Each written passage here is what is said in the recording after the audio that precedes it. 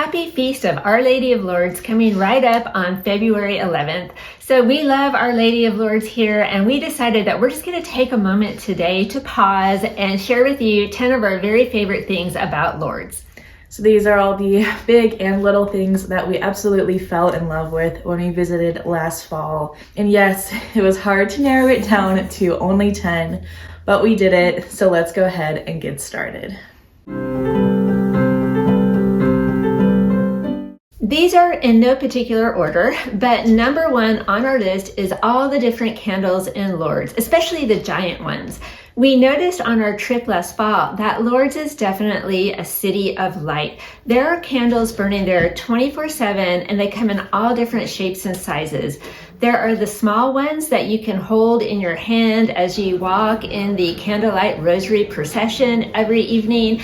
There are medium-sized ones that you can buy and light for your loved ones, family, friends. And then there are giant ones that burn for hours and even days. So we know that Jesus is the light of the world, and that light definitely never goes out in Lourdes. So number 2 is grotto mail. So right there in the grotto, there is this mailbox where people put their prayer intentions. So as you can imagine, it is filled with intentions from all over the world. And when we went, we brought your intentions with us and we put them into this mailbox. And there are many masses said in the grotto every day. So these intentions were prayed for many times.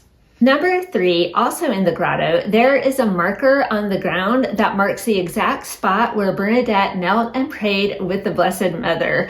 So that's pretty cool just by itself. But what's even more special is that the plaque is located in a row of pews, so you could potentially go to Mass and sit, stand, kneel, and pray in the exact same spot all through Mass that Bernadette did. So that's kind of mind-blowing when you think about it, and just another one of the cool things that we love about Lourdes.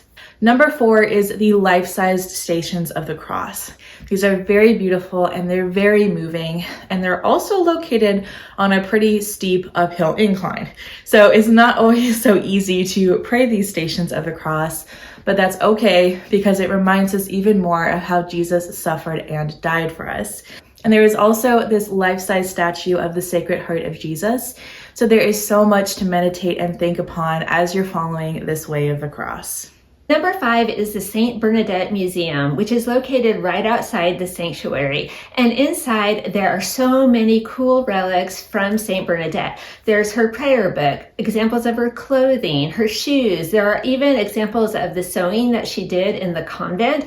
And to my great delight, there are also examples of her artwork in the museum. Now, I have read that later in life, she became a very talented artist in the convent, but even though I've Googled this and spent probably too much time researching it online, I've never been able to come up with any examples online of her artwork. So imagine my delight when I went into the museum and there finally I could see some of her artwork. There are also many cool pictures of the grotto back in the day and pictures of the different churches in the sanctuary being built. So it was well worth stopping in. It was one of the highlights of our trip. Number 6 is the Museum of Miracles.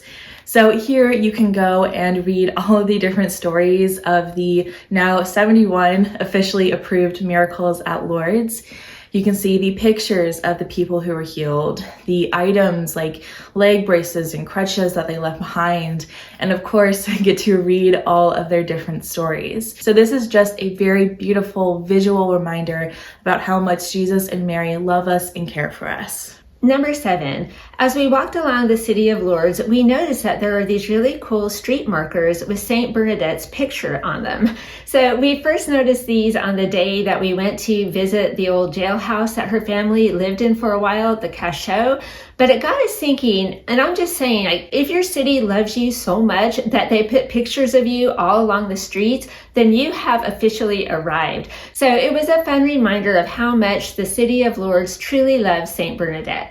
Number 8 is the music. As we found out, Lourdes is a very musical city. So you have the Ave Maria sung every night at the candlelight procession, the bells going off at all the different churches, the different songs sung in different languages at Mass.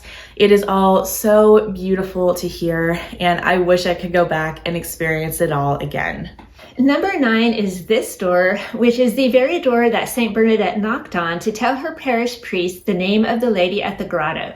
So when the Blessed Mother first appeared to St. Bernadette, a lot of people thought Bernadette was just crazy and that she was seeing things and making this all up, and they wanted to know the lady's name. Finally, on March 25th, 1858, the lady at the grotto told Bernadette, "I am the Immaculate Conception."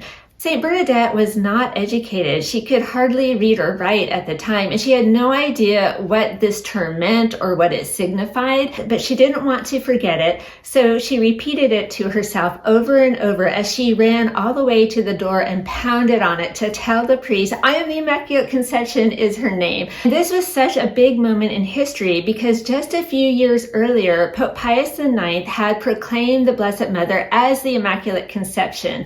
And now here was St. Bernadette confirming that just a few years later. The priest's house is long gone, but the door is still there, and you can just walk right up to it and touch it, and we just thought that was so amazing and so cool. Number 10 is the spring in the grotto.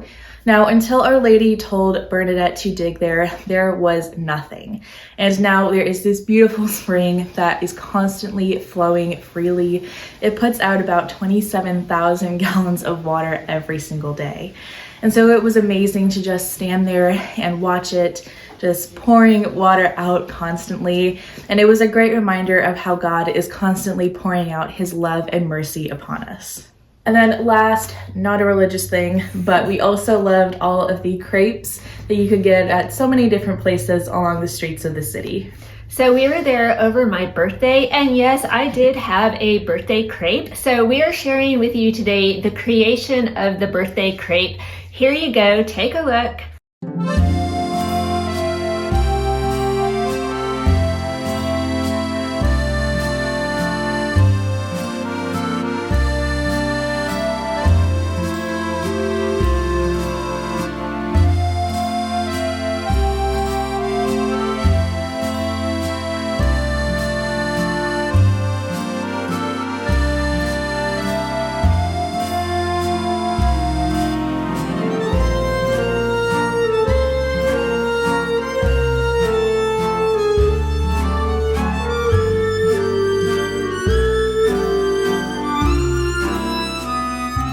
And yes, it was absolutely as delicious as it looks. And honestly, we could keep going on and on about the things that we love about Lourdes, but we have to stop. Otherwise, we're going to be here for like 2 hours. So if you've ever been to Lourdes, let us know in the comments what were your favorite things. So in the meantime, happy feast of Our Lady of Lourdes. Our Lady of Lourdes, pray for us. St. Bernadette, pray for us. So we hope you enjoyed the video. Thank you for watching, and we'll see you next time. Bye.